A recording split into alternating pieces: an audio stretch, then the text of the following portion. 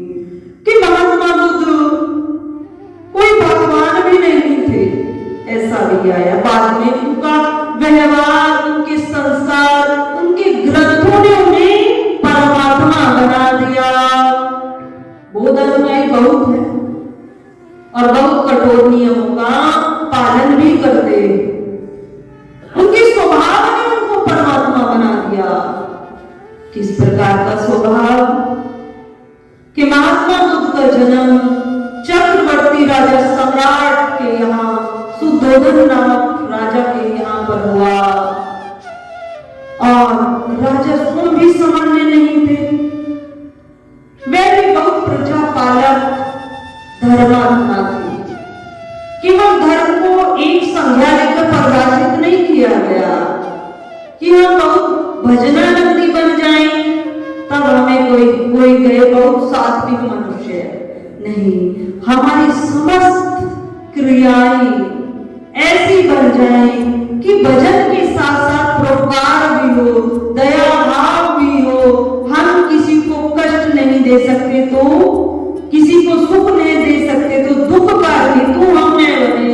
उन सबको भक्ति में सम्मिलित किया गया है, सात्विकता में सम्मिलित किया गया। तो सुद्धोधन ज्यादा माला नहीं जपते थे, परंतु परोपकारी राजा थे। जनता का जो पालन पोषण करते थे वे अपने पुत्र के समान ही करते थे। एक ही संतान प्राप्त हुई जिसका नाम बचपन में सिद्धार्थ था। जब बालक का जन्म हुआ, पिता अति प्रसन्न है और पुरोहितों को बुलाकर पूछवाया कि मेरे बालक का नाम भी बताओ और कुछ स्वभाव भी बताओ कि कैसा रहेगा। सबको जिज्ञासा रहती है कि बालक की कुछ संस्कार ज्ञात हो जाए। तो जब पुरोहितों ने महात्मा बुद्ध की जन्म कुंडली को देखा तो जन्म कुंडली को देखकर विचार करते हुए कहा, राजन आपके पुत्र के व्यवहार में दो मार्ग दिखाई देते हैं। दो में एक मार्ग ज्यादा प्रभावशाली है। तो राजा ने पूछा जो प्रभावशाली है उसे तो बताइए क्या। पुरोहितों ने कहा, राजन आपका पुत्र बहुत बड़ा धर्मात्मा और वैरागी रहेगा, जीवन पर अति दया करने वाला होगा और इसकी प्रसिद्धि चारों लोगों में फैलेगी कि इतना दयावान होगा, इतना यशस्वी ये होगा। तब राजा ने सोचा मैं स्वयं राजा हूं, इतना बड़ा चक्रवर्ती सम्राट में राजा, मेरा राज्य इतना बड़ा है, मुझे तो ऐसा चाहिए जो इसको संभाले। दूसरा क्या? दूसरा कहा कि ये संस्कार इसके अंदर घर में रहकर, महलों में रहकर नहीं आएंगे, ये वैराग्य को प्राप्त हो। आप इसको कभी भी किसी दीन दुखी व्यक्ति के दर्शन न कराना। कोई दुखी व्यक्ति हो उससे इस बालक को दूर रखना, क्योंकि ये उसके दुख को ग्रहण करेगा और इसके हृदय में कब वो वैराग्य आ जाए और कभी ये महात्मा बन जाए, ये आपको भी ज्ञात नहीं होगा। बस इतना करना, इस बालक को दीन दुखियों से और भक्ति से, महात्माओं से, इनसे दूर रखना। परंतु विधि के विधान को कौन टाल सकता। समय व्यतीत हुआ और राजा ने रात्रि भर इसी विचार को मस्तिष्क में लिए हुए विचार करते रहे, सोचते रहे ऐसे किस प्रकार की व्यवस्था में बनाऊं जिससे इस बालक को मैं इस संसार के दुखों से बचाता हुआ आगे बढ़ता चलूं, इसके जीवन को व्यतीत करवाऊं। राजा ने विचार किया, बहुत विद्वान थे। महलों के समस्त कर्मचारियों को बुलाकर, सेनापतियों को बुलाकर, जो बगीचे के मालिक थे उनको बुलाकर कहा कि मेरा एक ही पुत्र और मैं चाहता हूं ये मुझसे भी अधिक यशस्वी और चक्रवर्ती राजा सम्राट बने और मेरे इस धरोहर को संभाले, मेरे इस राजपाट को संभाले। मैं नहीं चाहता ये वैरागी महात्मा बन जाए, कोई भी नहीं चाहता, सुदोधन ही नहीं, कोई भी नहीं चाहता है। जितने महात्मा बनते हैं ना, उनके कभी जीवन को देखो तो मालूम पड़ता है उस समय कितने कष्ट रहे होंगे। इस प्रकार ऐसी व्यवस्था महलों में की गई कि जितने पौधे होते थे, माली को ज्ञात हो जाता था कि ये पुष्प खिलने वाला, और माली को ज्ञात होता था कितने समय में ये मुरझाने वाला है। तो माली उस मुरझाने से पहले रात्रि के समय में उस पुष्प को हटा देता था। कहीं सिद्धार्थ आकर ने पूछे कि कल पुष्प खिला हुआ था और आज कैसे मुरझा गया, और उसके हृदय में भी राग आ गए कि संसार में जो जन्म लेता है उसकी मृत्यु अवश्य होती है। आज वो खिला है, कल वो मुरझाएगा भी। आज जो बना है वो कल नष्ट भी होगा।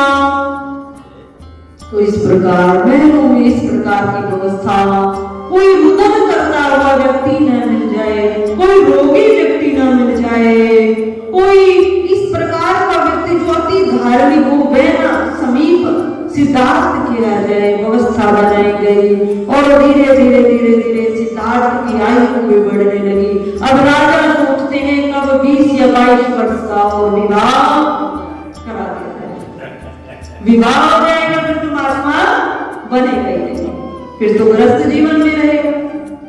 धीरे धीरे राजा समय व्यतीत करने लगे और सुंदर व्यवस्था से सिद्धार्थ की भी आयु बढ़ने लगी और सिद्धार्थ का विवाह भी हो गया।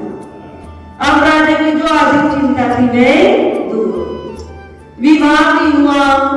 विवाह के साथ साथ अब राजा सोचने लगा, यदि मैं इस बालक को, अपने पुत्र को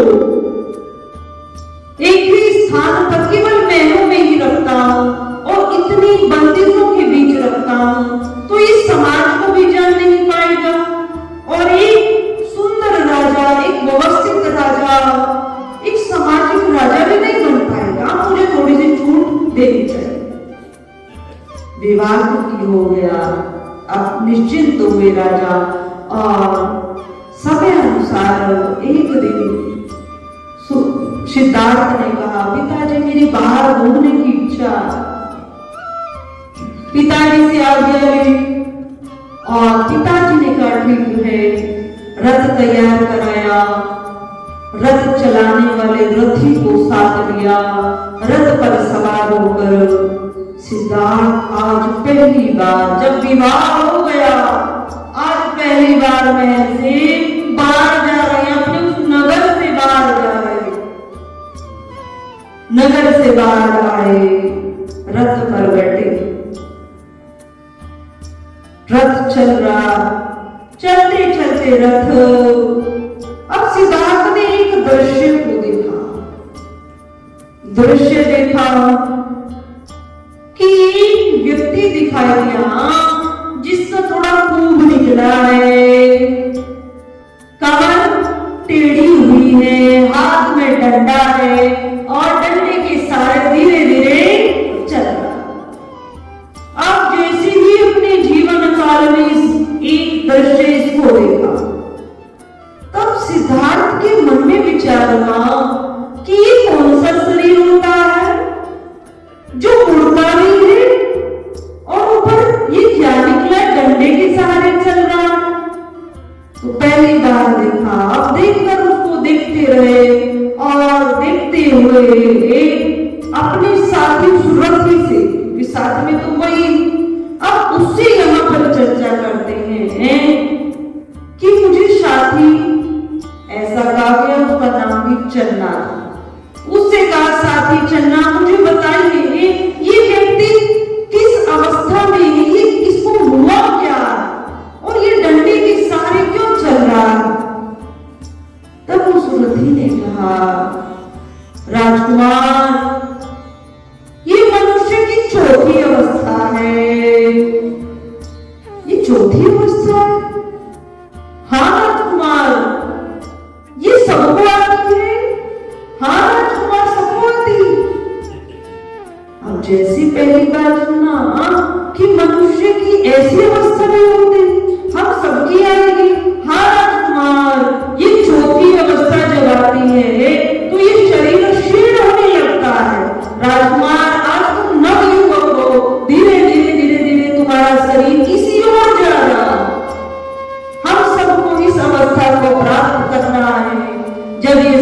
साथ नहीं देता तो ये सुंदर दिखने वाला चेहरा, ये सुंदर दिखने वाले हाथ डगमगाने लगते हैं।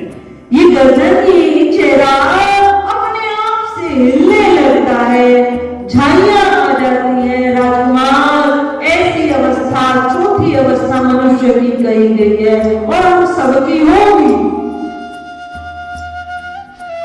जैसे राजकुमार ने सुना तो विचार करने लगा, अग्रत कुछ और आगे बढ़ा तो राजकुमार ने एक व्यक्ति को देखा चारपाई पर लेटा, और वो चारपाई पर लेटा हुआ व्यक्ति रो रहा है और दर्द से,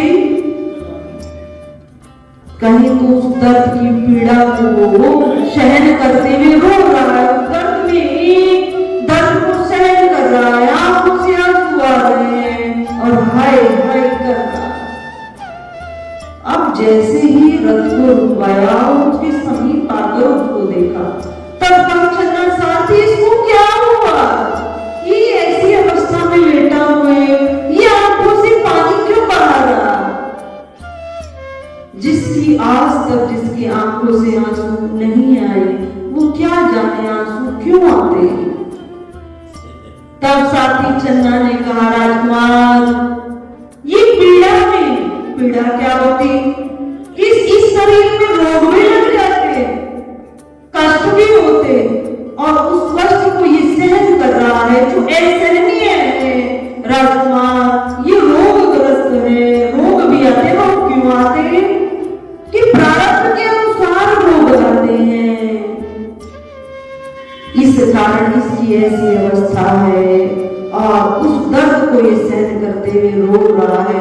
ये भी एक प्राणी की अवस्था।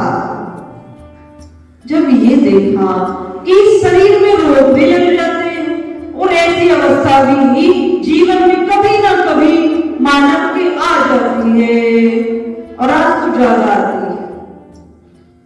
आज मानव यदि सामान्य मानव भी हो और वो उसको 4 दिन या 5 दिन बिस्तर पर आराम करना पड़ जाए, सामान्य आराम नहीं, जब शरीर का साथ न दे, शरीर स्वस्थ न, तो मानव उसके हृदय में बहरा जाता है और लगता है शायद मैं जीवित न रहूं, शायद मैं जीवित न रहूं, हो सकता है मेरा शरीर छूट जाए।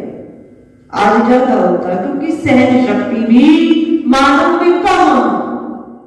तो जैसे उस अवस्था को देखा तो ज्ञात हुआ कि प्रारब्ध के अनुसार दुख आता है। तब इस प्रकार की मानव की अवस्था कुंज बिहारी लेकर और आगे बढ़े तो और आगे एक दृश्य और देखा। वो देखा 4 कंधों पर एक मृत व्यक्ति शव जा रहा है। अब राजकुमार को नहीं ज्ञात है कि क्या जा रहा। इस चारपाई पर जो कंधों पर उठाए हैं, ये कौन? सफेद कपड़े पहने हुए, लिपटा हुआ, ये कौन है? ये जनता पीछे ये क्या नाम सकते हैं, कहती हुई जा रही। तब अपने चन्ना साथी से पूछा, साथी मुझे बताओ ये क्या जा रहा? तब साथी चन्ना ने कहा, राजकुमार, ये मृत शरीर जा रहा है। मृत शरीर? हाँ साथी, ये जो शरीर है ना, ये मरता भी है। इसी में तो सारा ज्ञान समाया कि ये शरीर मरता भी। ये शरीर मरता हाँ, जैसे तुम्हारा जन्म हुआ है वैसे मृत्यु भी होगी। चतुर्थ अवस्था जो तुमने पहली बार देखी है, ऐसी आते हुए किसी रोग के कारण या कोई कारण बनता है और जिससे शरीर छूटता है, ये मृत शरीर। तो जैसे ही ये जाना मेरे पिता राजा सुद्धोधन का भी शरीर छूटेगा, तब चन्ना साथी ने कहा, हाँ अवश्य छूटेगा, मेरा भी शरीर छूटेगा और आपका भी शरीर इसी प्रकार त्याग होगा।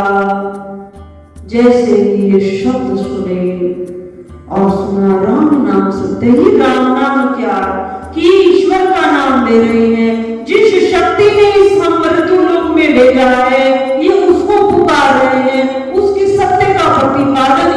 कर रहे, ऐसा सुना और सुनते हुए और आगे बढ़े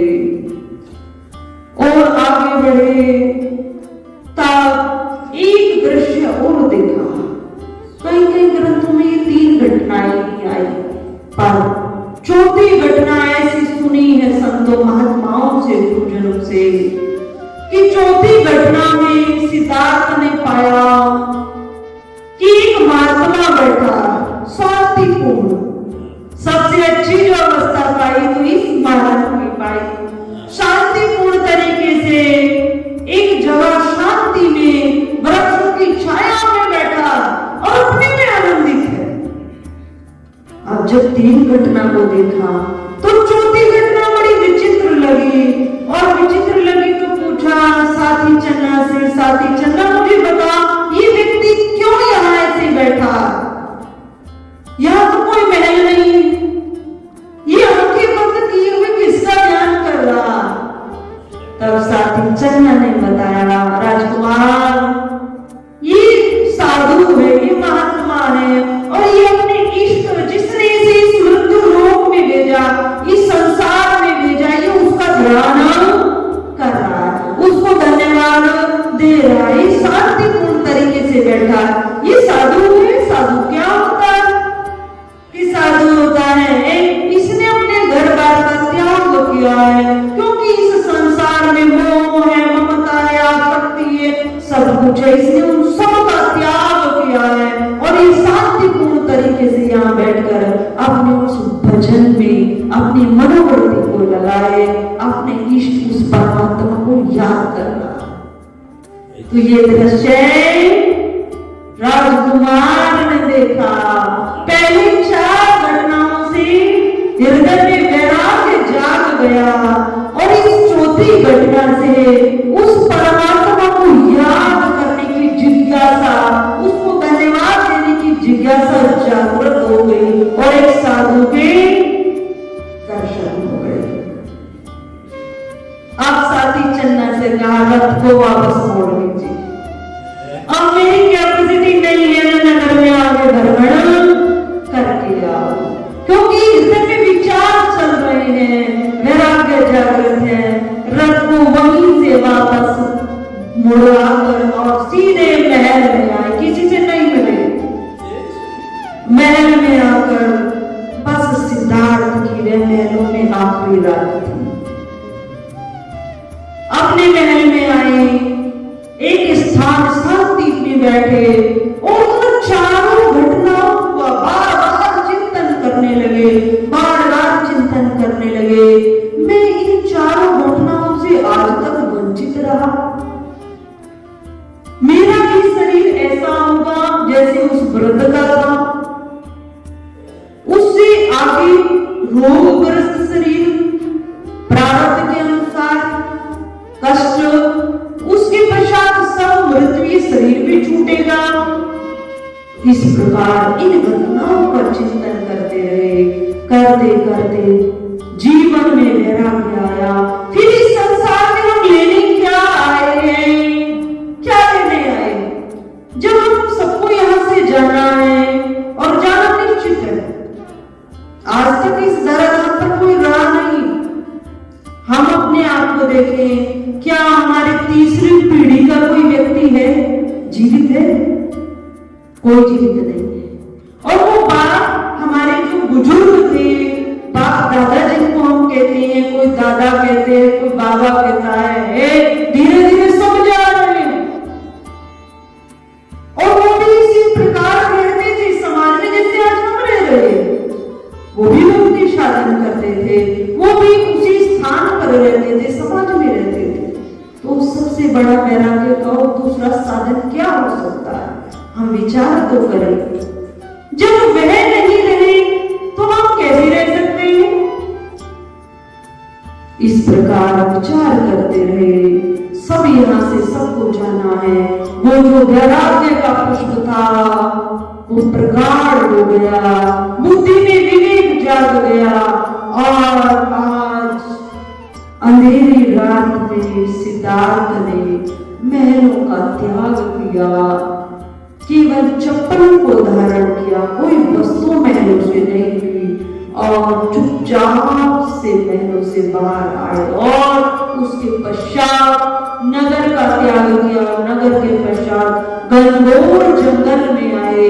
वह महात्मा जो भजन कर रहा था, जो अपनी चित्तवृत्ति को ईश्वर से लगाया था, उसके दर्शन पाया, उसके जीवन में असीम शांति थी। उसी प्रकार का जीवन बन गया और इतना यशस्वी जीवन, इतनी ओज शक्ति कि जंगलों में घनघोर अंधेरा रहता था, पर जहां महात्मा बुद्ध बैठ जाते थे क्योंकि भगवान के ही अवतार थे, उस जंगल में जो जीव जंतु भी थे ना, वे भी लड़ाई त्याग कर देते थे। उनमें भी जो अहिंसा थी, वहां भी हिंसा वृत्ति नहीं होती थी। वो सब भी हिंसा को अपनाते थे, अहिंसा का त्याग कर देते थे। प्रत्येक प्रकृति के रोम रोम में प्रेम हो जाता था जहां सिद्धार्थ बैठते थे।